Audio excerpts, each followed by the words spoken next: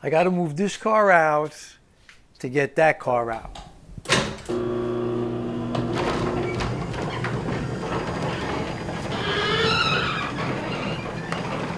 Then I have to open up the hood because I have the battery tender on it because I don't use the car every day. And the car should start strong.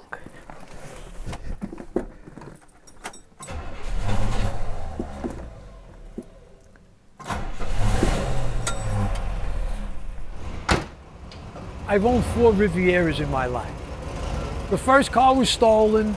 The second car, I blew it up trying to go fast like I did in the first car.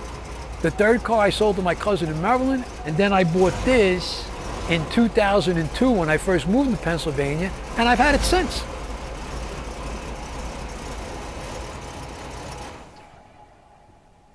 All right, let me tell you a couple of things about this car. Rocker switches. They usually don't have them on dashboards. You got the Riviera emblem on the side of this side and that side on the sails. This is my air conditioning unit. These are my vents. You got Riviera here. Then you got Riviera here. Riviera by Buick. A double ashtray because back then everybody smoked. But I drive like this because I drive it like a race car. This is how I drive. I got like the Brooklyn Lean. I drive like this.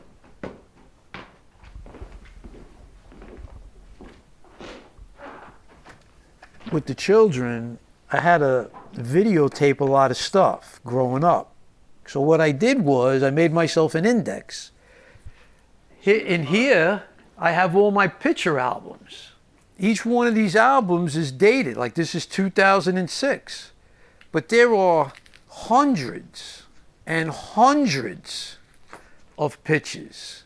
They go all the way back to 1977. That's a long time. That's a lot of albums. A lot of money, too, developing pictures. This is my brother. Here we are on the back deck of my house in Pennsylvania. That's my son. Here's my brother driving the car. I've had it up to 131. The only reason why I didn't get to 140 was because I ran out of highway. And then him, too, ran out of road. They got the car up to 104. They got it up to 104 miles an hour. The car goes, man. There's a lot of pickup on that car.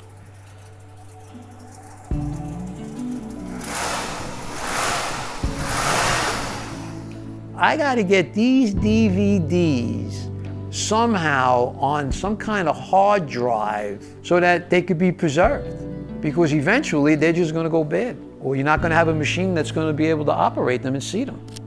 My brother's gone, so all his stuff, I have a whole file of him. That stuff, we'll just keep it on the computer too, because he's not around to share it either.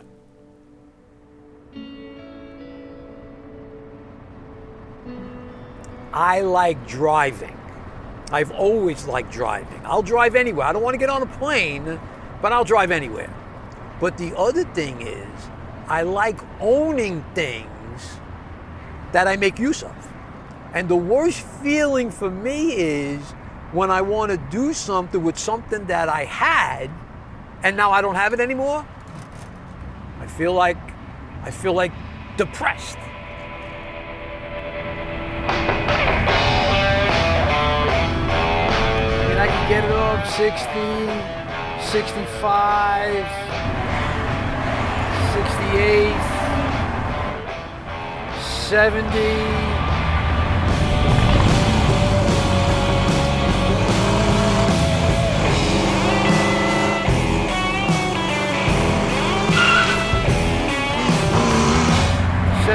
But there's a car in front of me, so I gotta slow down. This is what happens. You need a long road, man. You need the German Autobahn. If I was going to get rid of this car, I wouldn't get rid of it because I was going to get something else. I'll never get rid of this car because I have a history with this car. I've owned this car, this particular style car, since I was 18 years old. There are so many guys I'll see at car shows, and when they say to me, you know, when I was a kid, I drove this car, I wish I had that car today, I'm one of the few guys that can say, I still got that kind of car today. This car will be with me for as long as I'm around, and then when I'm gone, my son will have it. As a matter of fact, if my son had a house with a garage, he could have it right now.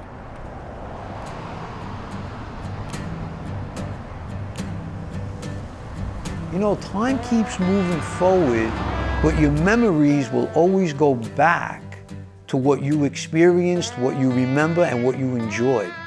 Every time I get in it, it brings me back to when I was 18. And it was great to have all your friends in the car at the same time. I used to get it well over 100 with them in the car all the time. Everybody would say, go faster, go faster. Nobody ever had to tell me twice. That, you know, it's all a memory. It's how you store your memories. I store them so that I could see them. That's important to me. And it's important to my children.